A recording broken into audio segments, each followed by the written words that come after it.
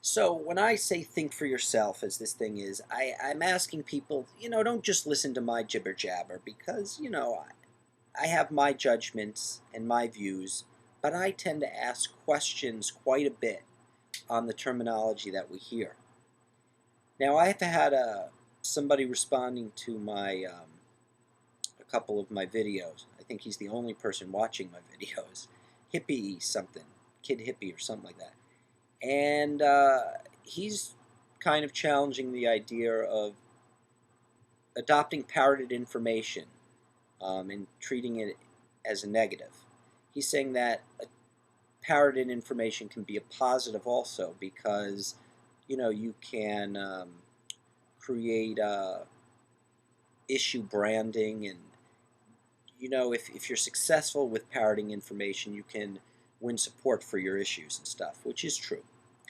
But I want to reiterate that when I say don't be a parrot, or ask you, are you a parrot, I'm not talking to people who are aware enough to be able to frame campaigns and ideas to manufacture consent.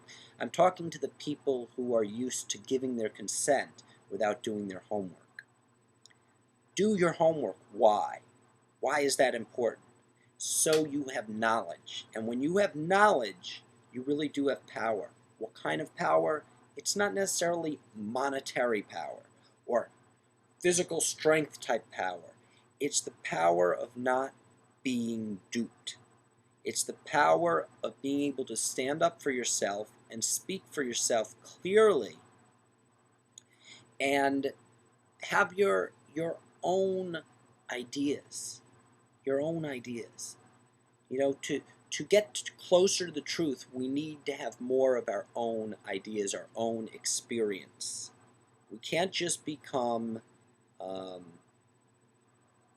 what's that movie with Harrison Ford? Blade Runner, all robots.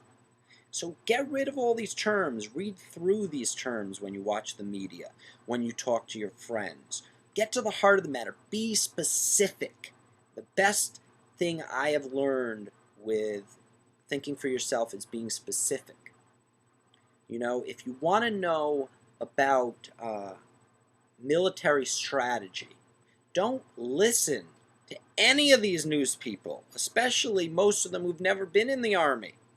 Study what military strategy is. Read The Art of War. Read about World War II. Read Eisenhower. Read some MacArthur. Read people who have been to war, what military strategy is, and then come up with an opinion. If you want to read about disengagement or not pursuing a military engagement, read Gandhi. Read people like Martin Luther King who have uh, been successful with their causes without raising a fist or a gun. Let's get some meat behind what we're talking about. Okay?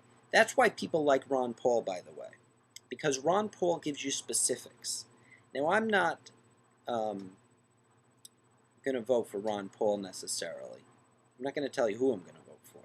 But one of the things I like, and I think most people like, is he's talking with some meat behind his words. Very important. Getting rid of the political speak. We, as Americans, I believe, are tired of political speak. Tell me if I'm wrong. We're tired of the game. We're tired of it being treated as if it was a football game. And we're tired of people that we elect being holding up their own self-interests above the interests of the American public. I would make the case that we are presently more of an oligarchy rather than a democratic society. The power is in the hands of just a few elite people in this world. The wealth of these people dominates the agendas that we speak about and vote about. Why is the morning after pill or stem cell research or uh, gay marriages? Why are these issues at the forefront? It's meant to distract. They are called moral distractions. It's trying to get at the heart of everyone's moral conviction so heavily that it becomes more important than the day-to-day affairs of living, like health insurance, affordable housing, money for infrastructure so bridges don't collapse, shockingly and surprisingly, having a workable bureaucracy, you know, because any government's going to have one. Having a strong foundation of law, having an education that is prosperous and inspirational and thriving. All these things are much more important than these moral agendas that are being presented to us, because most of them do not affect our daily lives. And government is supposed to be an administrator of the daily needs of people, of the daily running of communities, cities, states. It's supposed to help with efficiency, for God's sake, and it's supposed to help with allowing us to come to communal visions that we can then pursue. I mean, like, how did the Egyptians ever build the temples if they didn't have a lot of cooperation? It's also meant for us to communicate and do business with other nations.